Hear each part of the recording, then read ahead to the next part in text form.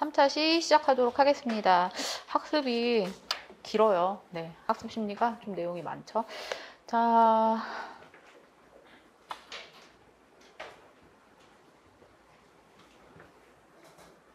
뒤에 남은 거, 네, 보충을 좀 보도록 할게요. 보충 뒤에 보시면은 습관화하고 민간화, 네, 두 가지에 대해서 설명이 되어 있는데, 습관화라고 네, 보시면은 자극에 대해서 교재에 다 있어요.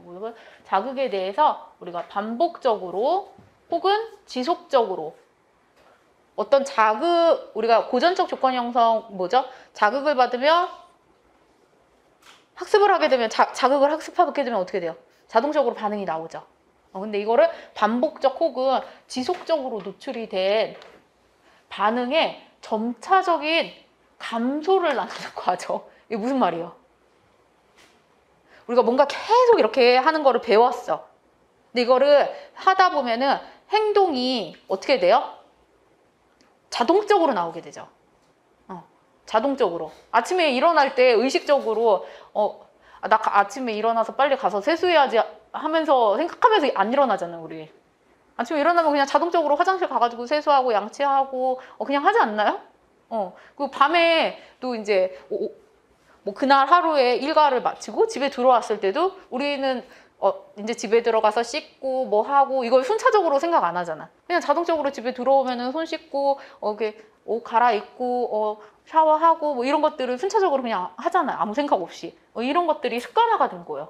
이거를 암묵학습의 한 형태라고 얘기를 하는데 교재에는 암묵학습은 안 나와 있는 것 같아요. 네. 암묵학습 하나 옆에다가 써주시고요.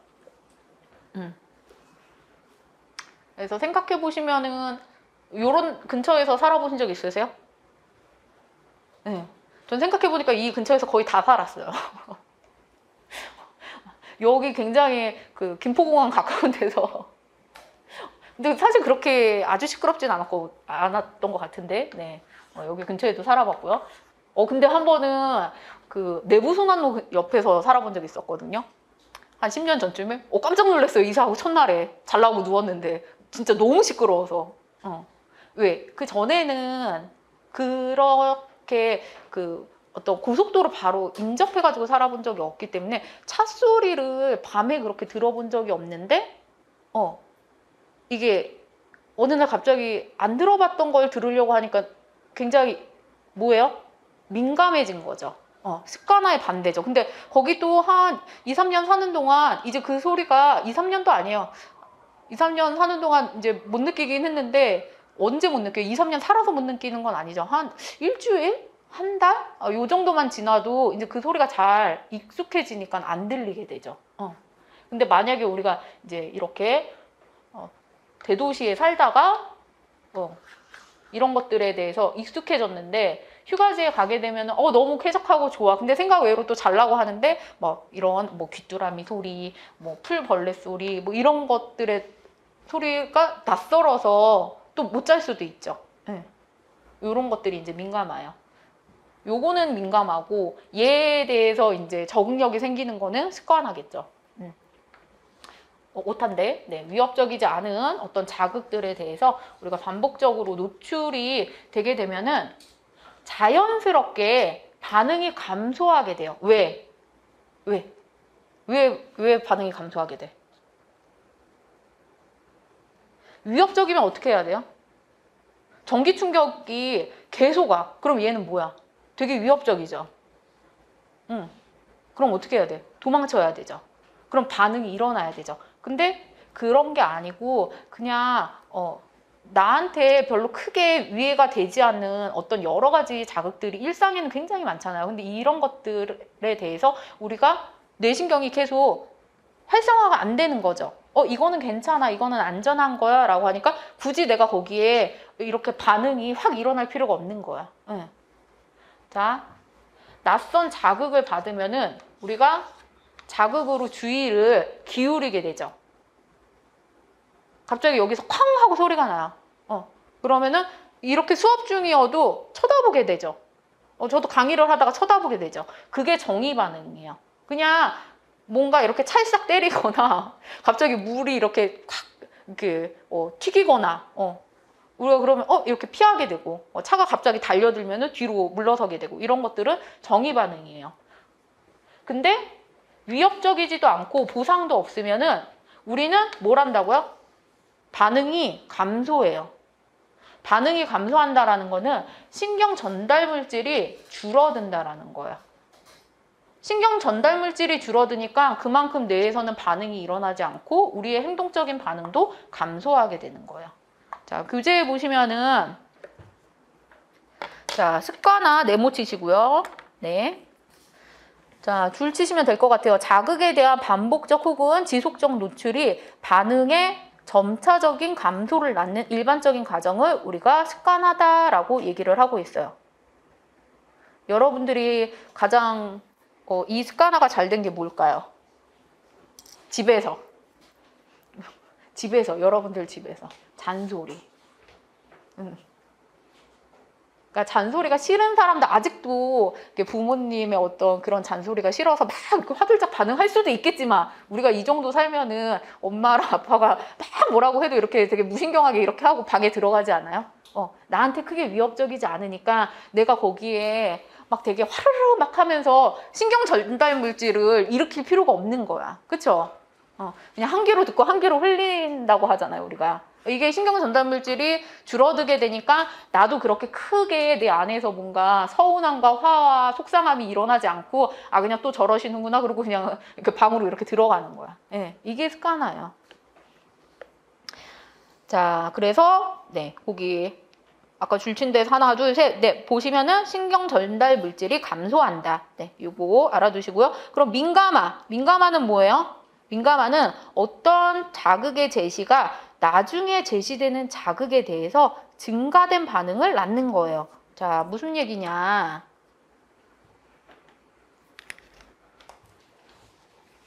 자극이 제시가 됐어요. 어떤 자극? 우리 아까 전에 이렇게 정의 반응, 뭐라고요? 쾅 하고 소리 나면은 그냥 자동적으로 반사적으로 우리가 쳐다보게 되는 거 정의 반응이죠. 어떤 자극이 그런 자극이 왔어요. 근데 그 이후에 자극이 오고 난 후에 자극에 대해서 반응의 증가를 낳을 때 발생하는 어떤 단순한 형태의 학습을 우리가 민감화라고 하는데 위협적인 자극에 노출이 됐어요. 그럼 피해야 되죠. 얘는 위험한 거니까. 그럼 우리는 재빠르게 학습을 하게 되죠. 전기 충격이 오게 되면은 재빠르게 학습을 해야 되잖아요. 위협적이야. 그러면 그 다음에 그와 비슷한 아주 작은 소리. 우리 알버트 털 공포, 소리, 작은 소리, 작은 털, 아주 작은 거에도 공포가 형성이 되잖아요. 나한테 위협적이니까. 그러면 작은 자극에도 뭐가 일어나요? 빨리 알려줘야 되잖아. 이거는 위험한 거야, 피해야 돼 라고 하는 걸 유기체한테 알려줘야 되니까 한번 뭔가 공포스럽고 위험스러운 걸 경험하게 되면은 그 다음에 그 작은 걸 본다고 하더라도 뇌에서 빨리 반응이 일어난다는 거예요. 그러면 우리는 쉽게 확 놀래죠. 밤에 가다가 되게 이렇게 뭔가 이렇게 휙 지나가. 근데 그게 막 뭔가 이렇게 내 느낌상 내가 싫어하는 어떤 생명체인 것 같아. 그러면 확 놀랄 수도 있잖아요. 실제 그건지 아닌지 모르지만 우리는 그걸 확인하기 전에도 더 빠르게 반응할 수 있다는 거죠. 자, 습관화가 적응적 중요성이 뭘까요? 왜 어떤 거에서 습관화가 필요할 것 같아, 인간한테? 우리가 막 너무 모든 것들에 다 반응을 하면서 살 수는 없잖아. 너무 피곤하잖아. 엄마가 잔소리할 때마다 속상하고 괴롭고 막 이러면은 다 일일이 내 안에서 반응이 일어난다라고 하면은 어떻게 살아요? 어떤 적응적인 측면에서 습관화가 굉장히 중요하죠. 자, 도피 반응을 유발하는 자극의 범위를 우리가 다 도망치면서 살 수는 없잖아. 어떤 것들 걸러내야 되죠. 그래서 우리 지난 시간에 코끼리 연구 생각나요? 코끼리 연구? 이런 코끼리 연구 생각 안 나요? 마사이족하고 그 다른 부족하고 마사이족이 자기네 종족한테 위험이 되니까 얘네는 자극을 변별하죠. 근데 다른 애들은 그래도 괜찮으니까 걔네들한테는 크게 막 이렇게 반응하지 않죠. 이거는 어떻게 보면은 습관화가 된 거죠. 다른 부분한테는, 다른 종족한테는. 네. 그러면 범위를 축소시킨다라고 하는 거는 일일이 사람만 보면 다 도망갈 수는 없다라는 거예요. 그 코끼리도. 우리 종족한테 그 위험이 되는 그 마사이족을 보고 도망가야 된다라는 거죠. 우리가 친숙한 자극을 무시하고 새롭고 위험한 자극, 살다 보면 위험한 신호들이 있죠. 근데 친숙한 자극들은 습관화가 되면서 거기에 일일이 반응 안 해도 되는 거고, 새로운 것들에 대해서는 우리가 위기 상황에서 순간적으로 기지를 발휘해야 되기 때문에 이런 부분들, 습관화가 그래서 중요성을 가진다. 이런 부분에서 그냥 알고 계시면 되고요. 자, 기억하실 거는 습관화는 신경 전달 물질이 감소가 되고 민감화는 증가가 된다. 이 부분을 기억하시고요. 그 밑에 보시면은 이제 장기 증강이라고, 요거는 하나 써주세요. 이거 같은 표현인데 책에는 지금 장기 증강만 나왔죠. 네. 책에는 이게 없어서 장기 활동 증폭도 같은 표현이에요.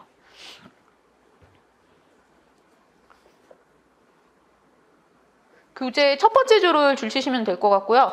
시냅스 연결을 강하게 하여서 시냅스 후 뉴런이 더 쉽게 활성화되도록 하는 거. 이거를 장기 증강이라고 얘기를 하고 있는데, 자,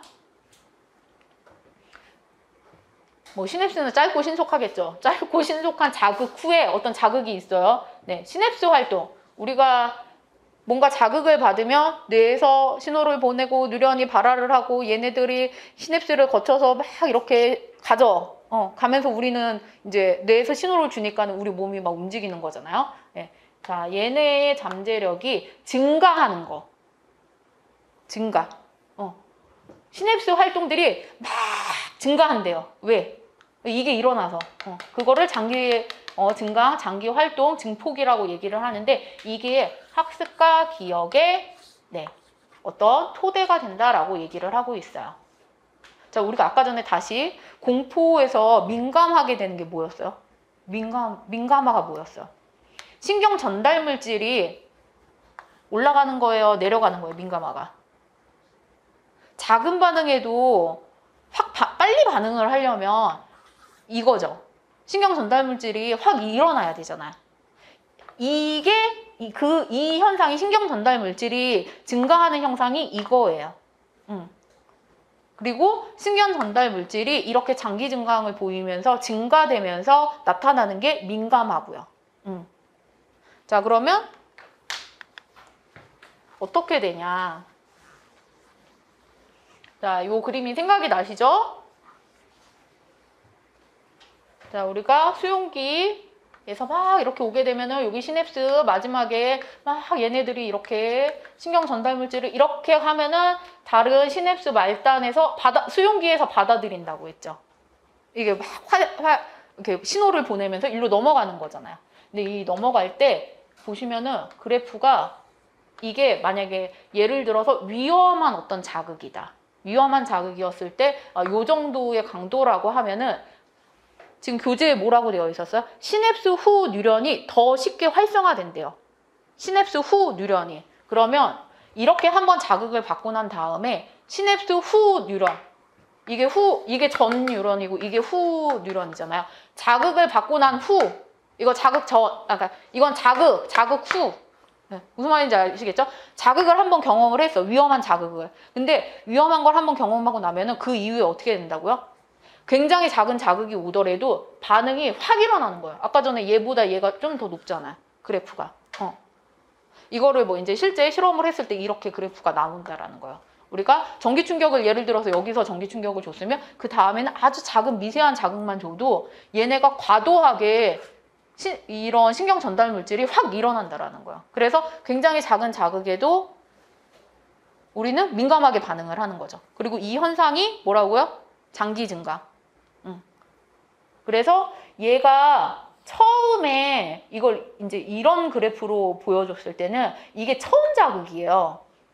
처음에 그 신경 전달 물질이 만약에 위험 자극을 이렇게 했을 땐 요 정도 나왔는데 그 다음에는 작은 자극에도 이게 과활성화가 되는 거죠. 신경 전달 물질이 증가해서 그래프가 이렇게 올라가 버리는 거예요. 아주 작은 자극에도 우리가 되게 민감하게 반응을 하는 거예요. 이게 장기 증강 활동. 네. 장기 증강. 그래서 얘가 아까 전에 어디에 영향을 미친다고요? 학습하고 기억. 근데 얘네가 어디에 이렇게 장기 증강이 어디로 가냐? 이게 연구가 여기에서 된 거예요. 해마가 뭐였어요? 학습하고 기억이었죠. 그러니까 우리가 이걸 기억하는 거야. 이렇게 한번 경험한 것들을 여기에서 기억을 해서 그래서 그게 기억에 남으니까 우리가 자동적으로 이렇게 반응을 보이는 거죠.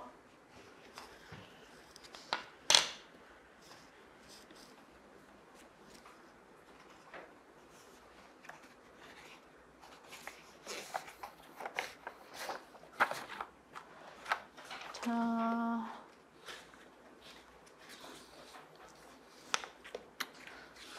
시간이 애매해서 네, 요거 하셨으면은 같이 볼게요.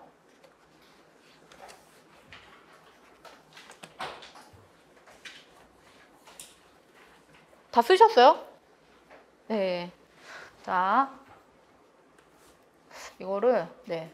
어차피 저희가 이게 지난번에도 말씀드렸는데 기본과정 끝나고 문제풀이가 있어서 기본과정 할 때는 여러분들이 계속 이거를 제가 그 전에도 이걸 어떻게 하는 게 좋을까라고 생각해 봤는데 그래도 계속 목차 개념을 이해하시는 게 맞는 것 같아요. 예, 그렇게 해야지 나중에 문제를 풀 때 이게 확 개념이 머릿속에 들어가 있어야 돼서 자, 첫 번째 감각과 지각에서 환경으로부터 물리적인 에너지를 탐지하여서 신경 신호로 변환시키는 과정을 우리가 감각이라고 얘기하죠. 네, 첫 번째 1번은 감각이고요. 자, 이 감각의 어떤 부분을 관찰자의 민감도를 측정하는 방법을 우리는 정신물리학이다. 정신물리학 아버지는 누구라고요?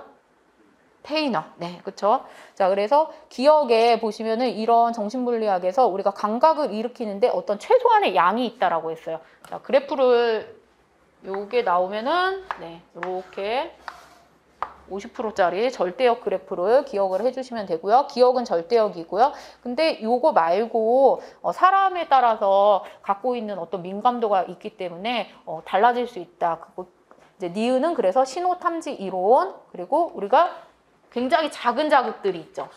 역치 미만의 자 여기에 해당하는 부분을 역하 자극. 자 그리고 어떤 강도가 있다라고 하면은 두 강도의 어떤 차이를 느낄 수 있는 거. 뭐 10하고 11, 100하고 11 예, 요런 어떤 그 차이. 자 그래서 리을은 차이역. 그리고 지속적으로 동일한 자극에 계속해가지고 하게 되면은 뭐가 돼요? 감각, 적응, 감각, 수능이 일어나게 되죠. 자, 1-2 시각, 빛의 감지. 빛의 감지를 우리가 뭐 하고 뭘로 하죠? 파장하고 진폭. 네, 파장과 진폭. 파장과 진폭을 생각하실 때는 네, 이런 파장하고 이제 요 크기, 네, 크기도 같이 기억하셔야 되고요. 그리고 그 가시광선 스펙트럼 이 그림 이렇게 생각나시죠? 네, 스펙트럼 있던 거, 이거 그림도 같이 생각나셔야 돼요. 자, 그래서 우리 간상체하고 추상체에서 추상체가 많아요? 간상체가 많아요?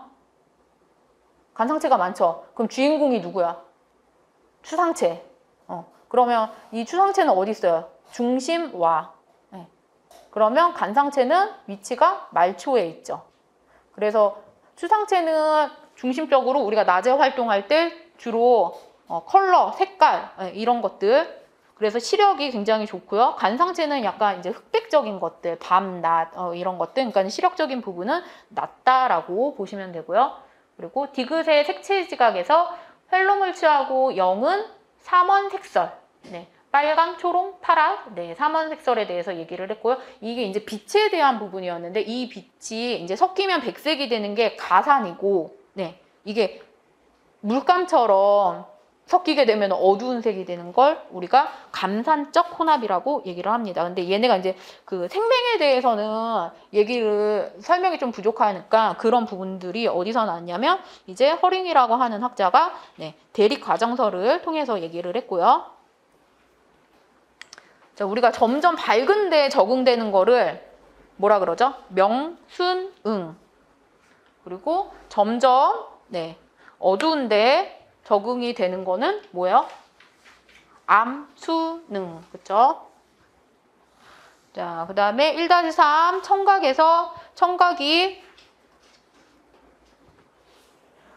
소리의 감지는 주파수, 진폭, 주파수 그 혼합에 달려 있는데 요게 음고, 음량, 음색.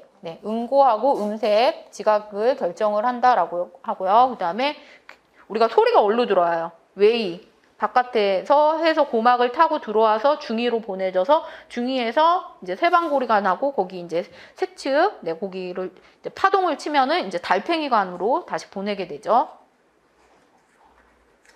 자, 그리고 고주파를 처리하는 이론을 우리가 무슨 이론? 장소 이론. 저주파를 처리하는 이론은 주파수 이론. 자, 그리고 감각 재료를 선택하고 조직하고 해석하는 거를 우리가 지각이라고 얘기를 하죠. 근데 이제 지각을 할 때 특정 어떤 정보에 집중을 하는 걸 선택적 주의라고 해서 2-1은 선택적 주의고요. 자, 사람 많은 데서 떠들어도 우리가 얘기를 집중해서 들을 수 있는 걸 칵테일 파티 효과라고 하고요. 자, 변화맹은 뭐예요? 이게 변화맹하고 그 부주의맹하고의 차이를 좀 아시겠어요? 모르시겠어요? 비슷비슷해 보여요? 변화맹 그때 보셨던 영상은 혹시 기억나세요? 사람이 이렇게 무슨 판넬 같은 거 이렇게 들고 옆으로 지나가는데 사람이 바뀌었잖아요. 근데 못 알아보잖아요. 이게 뭐예요? 변화, 체인지. 바뀌었는데도 못 알아보는 거예요. 체인지. 변화됐는데도 못 알아보는 건 변화맹이에요. 부주의맹은 다른 용어로 우리가 무주의맹이라고 하잖아요. 이거는 바뀌었는데 못 알아보는 게 아니라 신경을 안 써서 모르는 거예요. 신경이 우리가 다른 데 분산되거나 내가 거기에 관심을 두지 않아서 바뀐 게 포커스가 아니에요. 바뀌었는데 모르는 거는 변화맹이에요. 이 부주의맹 영상은 우리가 뭐 봤는지 기억나세요? 고릴라. 거기에서는 고릴라가 바뀌고 안 바뀌고가 포커스가 아니라 고릴라가 지나갔는데 우리가 그 농구 패스하는 거에 초점을 맞췄기 때문에 얘가 눈에 잘 안 들어온다라는 거예요. 고릴라가. 거기에 주의를 주지 않아서. 이거는 부주의맹, 무주의맹. 그래서 이거 두 개 차이를 좀 기억을 하고 계셔야 돼요. 자, 그리고 2-2는 게슈탈트, 형태 전체 잠재학습, 통찰학습. 통찰학습 학자 누구라고요? 통찰학습. 킬러. 형태 게슈탈트에서 킬러 말고 또 한 사람 또 누구 있었어요? 베르트하이머. 우리가 코프카는 몰라도 베르트하이머는 기억하고 계셔야 돼요. 자, 기억에 시각 정보하고 시각의 대상이 되는 부분이 뭐라고요? 초점이 되는 게 정경 그 외의 거. 배경. 근데 얘네는 이제 바뀔 수 있다. 자, 그리고 가까이 있는 애들, 근접성. 가까이 있어서 묶는 거를 우리가 이제 근접성이라고 하고요. 그리고 부드럽게 연속된 거를 연속성. 그리고 동일한 것으로 연결되어 있는 거는 연결성. 얘는 제가 그림을 넣기가 너무 힘들어서 이걸 다 지우고 이렇게 하기가 너무 어려워서 이걸로 넣었는데 그림을 기억을 하셔야 되고요. 그림이 시험에 나올 가능성이 더 높아요, 사실은. 글씨보다는. 자, 그리고 한눈으로 보는 거, 거리 판단 지각하는 거는 단한 단서고요. 두 눈으로 보는 거는 양한 단서. 그리고 단한 단서도 종류가 굉장히 여러 가지가 있었죠. 그거를 그 위에 있는 지각 집단화 그 그림처럼 단한 단서도 그림을 좀 기억을 하고 계셔야 되고요. 자, 우리가 연속적으로 연상 보면서 움직임을 지각하는 거. 파이 현상이라고도 하는데, 이걸 뭐라고요? 무슨 운동? 스트로보스코픽 운동. 그리고 물체를 이렇게 볼 때 우리가 보는 방향에 따라서 모양이 변하는데도 우리는 얘가 어떻게 하고 있다고 믿죠? 늘 그 자리에 항상 있다고 생각하죠. 이걸 뭐라고요? 지각, 항등성. 자, 그리고 얘를 이렇게 놓고 볼 때마다 좀 달라질 수도 있죠. 이게 뭐야? 착시. 자, 그리고 지각자가 특정 대상의 형태를 기억 속으로 들어오게 하려면 그 형태를 어떻게 해야 돼요? 제인해야 되죠. 내가 갖고 있는 거하고 같이 맞춰야 되죠. 이게 형태 제인이죠. 근데 우리가 이거를 제인할 때 뭐 해요? 내 머릿속에 뭐가 있어? 이미 다 사람마다 정답이 있잖아. 내가 생각하는 어떤 틀이 있죠. 프레임이. 지각적 가춤새가 있죠. 지각적 가춤새. 이 지각적 가춤새를 결정하는 요인이 두 개예요. 하나는 도식이고 하나는 맥락 효과인데, 도식은 다른 말로 하면은 스키마고요. 뒤에서 우리 다시 배울 건데, 이게 내가 갖고 있는 생각의 틀이에요. 스키마가. 우리가 프레임이라고 하는 용어 들어보셨죠? 프레임은 우리가 뭐 세상을 보는 눈이다 이렇게 얘기하잖아요. 세상을 보는 창문. 창문을 내가 어떤 창문을 갖고 있냐에 따라서 이렇게 창이 넓으면 더 잘 보이고 창이 작으면 작게 보이죠. 그러면은 프레임은 세상을 보는 창이라고 생각을 하시면, 스키마는 나를 보고 세상을 보는 거예요. 둘 다 조금 더 포괄적이에요. 근데 이 스키마가 사람마다 뭐 어떤 환경이나 아니면은 어린 시절 뭐 어쨌든 성장 과정에 따라서 이런 도식이 형성이 될 수가 있죠. 네, 근데 요거에 따라서 우리가 이제 지각적 가춤새가 보는 것들이 달라질 수 있다. 네, 이렇게 보시면 될 것 같아요.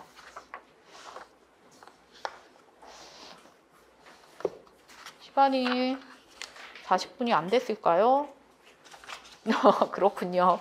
그러면 네, 뒤에 거를 해야 될 것 같네요. 네, 그러면 잠깐 의식을 보도록 할게요. 자, 의식. 드디어 5장을 넘어갔어요. 자, 의식 개념을 보시면은, 네, 줄 좀 칠게요. 의식 동그라미 치시고요.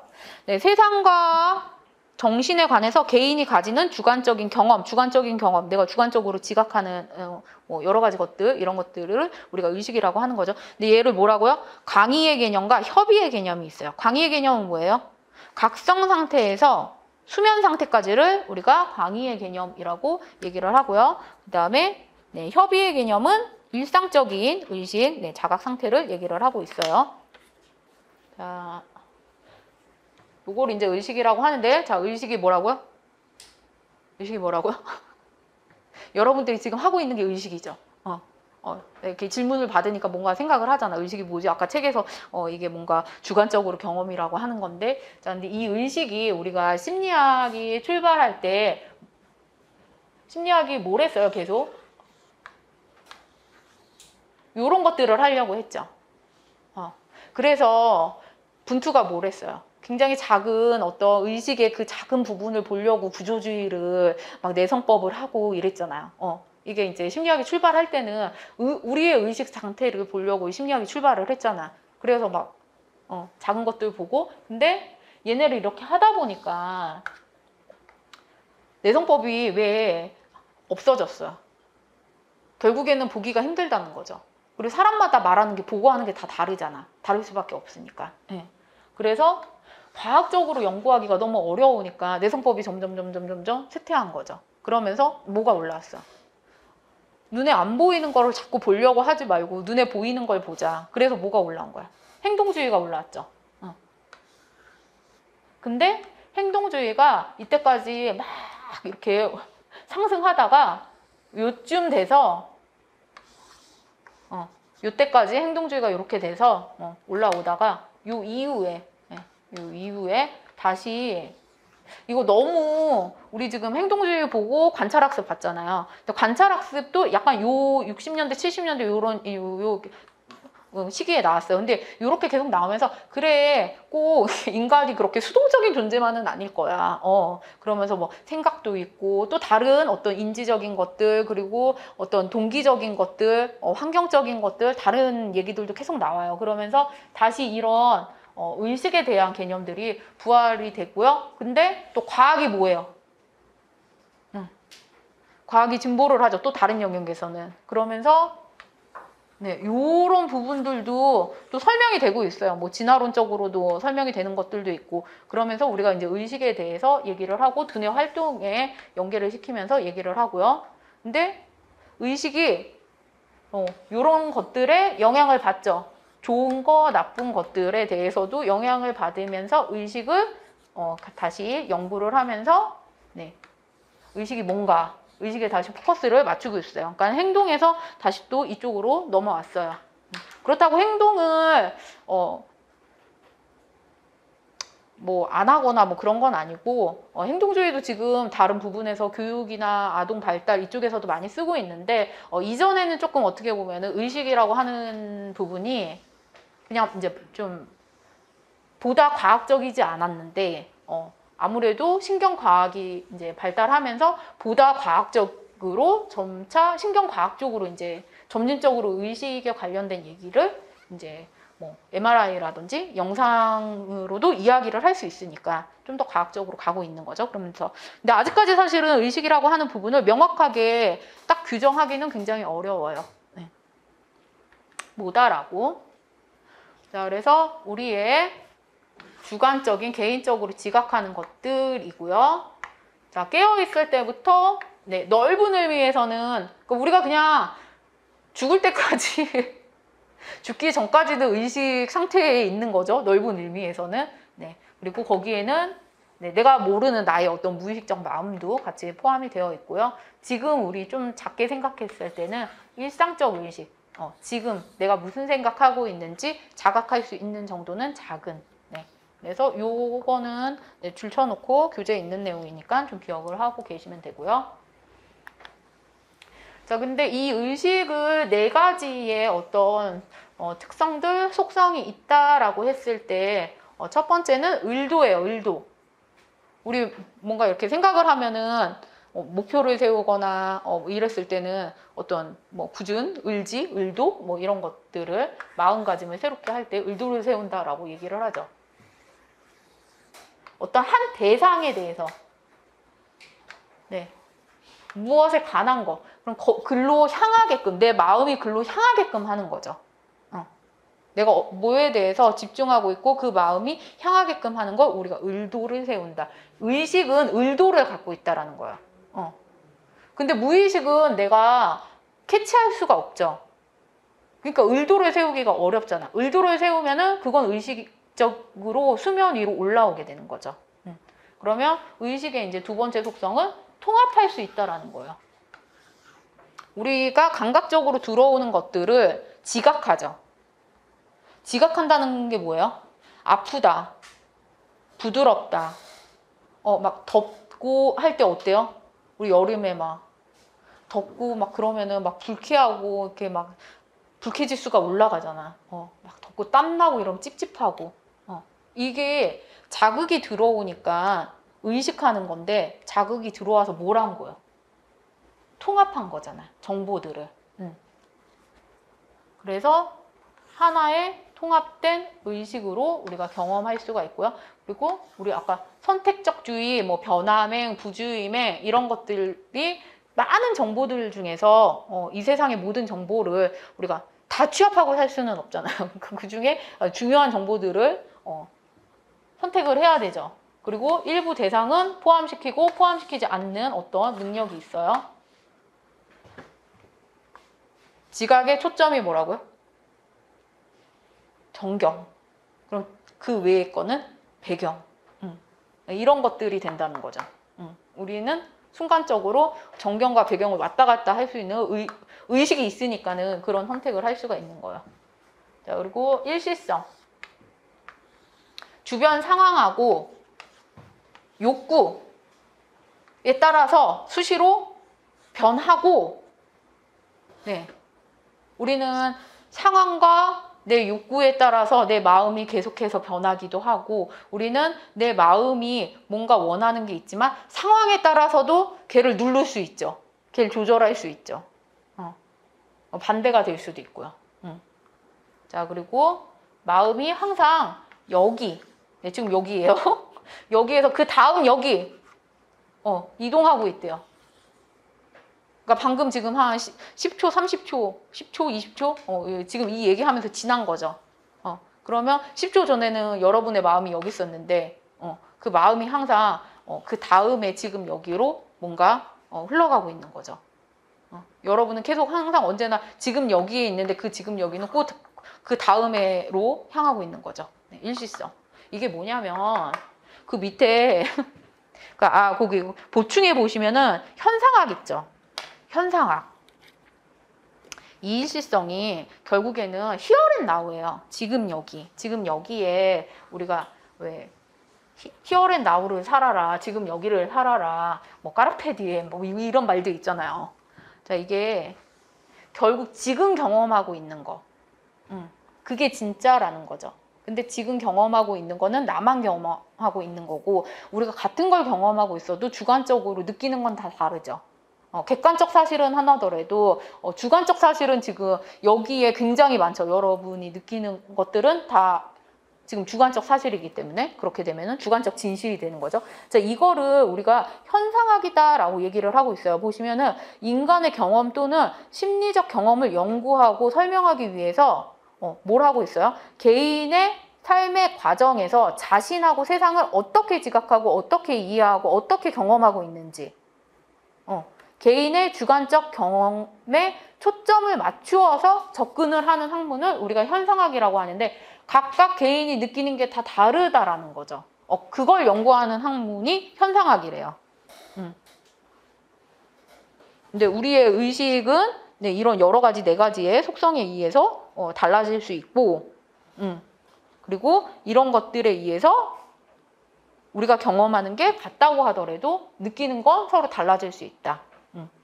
현상학은 주관적인 경험에 초점을 맞춘다라고 하는 부분을 기억하고 계시면 되고요. 그리고 밑에 있는 보충은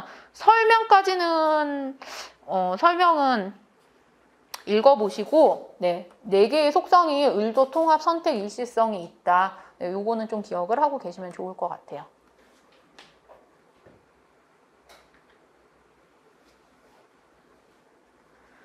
자, 옆에 와 보시면은 그래서 의식이 주변 상황하고 내면의 요구가 변하면서 함께 변화할 수 있게 된다. 상황이 변하면은 우리가 생각이 변하고, 우리가 집에 있을 때와 여기 있을 때의 어떤 생각들이 변할 수가 있고요. 그리고 내가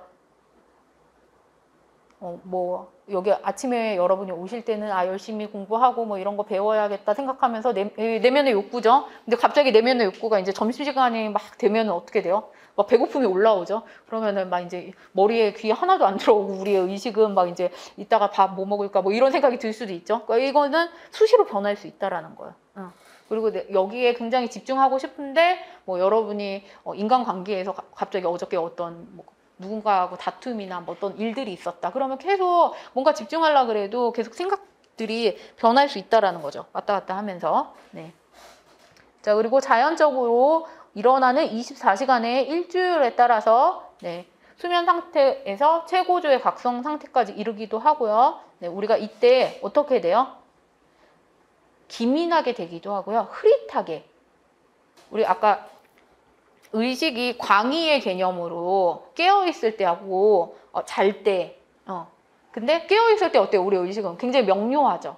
깨끗하고, 그럼 뭔가 이렇게 판단도 잘할 수 있고. 근데 이제 막 너무 졸리고 피곤하고 막 눈 막 감기고 뭐 이러면은 사실 이렇게 의식이 명료하다라고 말할 수는 없잖아요. 흐릿한 상태에서 뭔가 내일 뭐 해야 되는데 졸린데 그러다가 이제 이렇게 잠들 수도 있죠. 그러면 우리의 의식 상태는 환경이나 어떤 내적 상태에 따라서 기민하거나 흐릿하게 또는 논리적으로 의식이 변화하기도 하고요. 이 논리적인 의식이 흐릿해지기도 하고요. 이렇게 이 변화폭이 굉장히 크다라는 거예요. 의식의 흐름에 변화폭이 굉장히 크다라고 하는 부분을 얘기를 하고 있습니다. 자, 밑에 보시면은 의식의 구분이 나와 있는데, 자, 의식의 구분이 얘를 보죠. 교재 보시면은 초기에 이 의식이 프로이트가 무슨 학자였죠? 정신분석의 대표 학자였죠. 정신분석에서 자, 의식하고 무의식이라고 하는 개념을 구분을 했어요.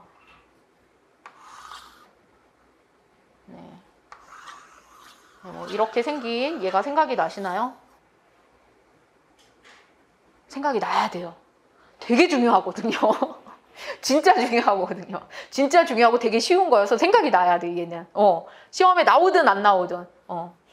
시험에 그리고 혹시 나오면은 너무 쉬운 거야. 난이도가 굉장히 낮은 거여서 얘는 그냥 바다의 빙하를 생각하면은 프로이드, 무의식, 의식 그냥 생각이 나야 되고요. 자, 위에 있는 애 뭐라고요? 의식. 우리가 잘 모르는 바다 밑에 있는 애는 무의식. 중간에 껴있는 애는 전의식. 그쵸? 근데 예전에 초기에 프로이트의 의식, 무의식 얘네가 이제 별개라고 구분을 했는데 최근에는 그러니까 이것도 이 의견에 반하는 게 아니라 요 부분도 맞기는 한데 이제 최근에 학자들은 자각이라고 하는 개념, 이제 우리의 어떤 의식적인 상태를 자각의 어떤 정도에 따라서 의식 상태가 연속선상에서 존재할 수 있다. 그래서 그거를 4개로 보고 있는 거죠. 일상적 의식은 뭐라고요? 우리가 좀 깨어있을 때 말도 할 수 있고 이성적으로 생각할 수 있고 판단도 할 수 있고 선택도 할 수 있고, 네, 그거를 일상적 의식이고요. 그 다음에 전의식적, 약간 요 개념으로 생각하시면 될 것 같아요. 전의식적. 네. 얘가 제가 그때도 설명해 드릴 때 뭐라 그랬어요? 파도 치면은 보일 수도 있고 파도 안 치면 안 보일 수도 있고, 근데 있긴 있는 거죠. 파도가 슬쩍 없어지면은 생각나는 것들 있잖아요. 우리 길거리 가다가 노래 들으면은 노래 가사 아는 노래면은 이제 뭐 맨날 부르진 않더라도 흥얼거리고 옛날에 자주 불렀던 노래 따라 부를 수 있고 이런 것들이 이제 전의식적 기억인데, 얘가 우리가 세상 활동을 하는데 필요한 기억이래요. 근데 이게 이 노래 말고도 또 뭐가 있어요? 여러분들이 기본적으로 아까 제가 말씀드렸던 거 습관이 돼서 집에 가면 뭐 한다고요?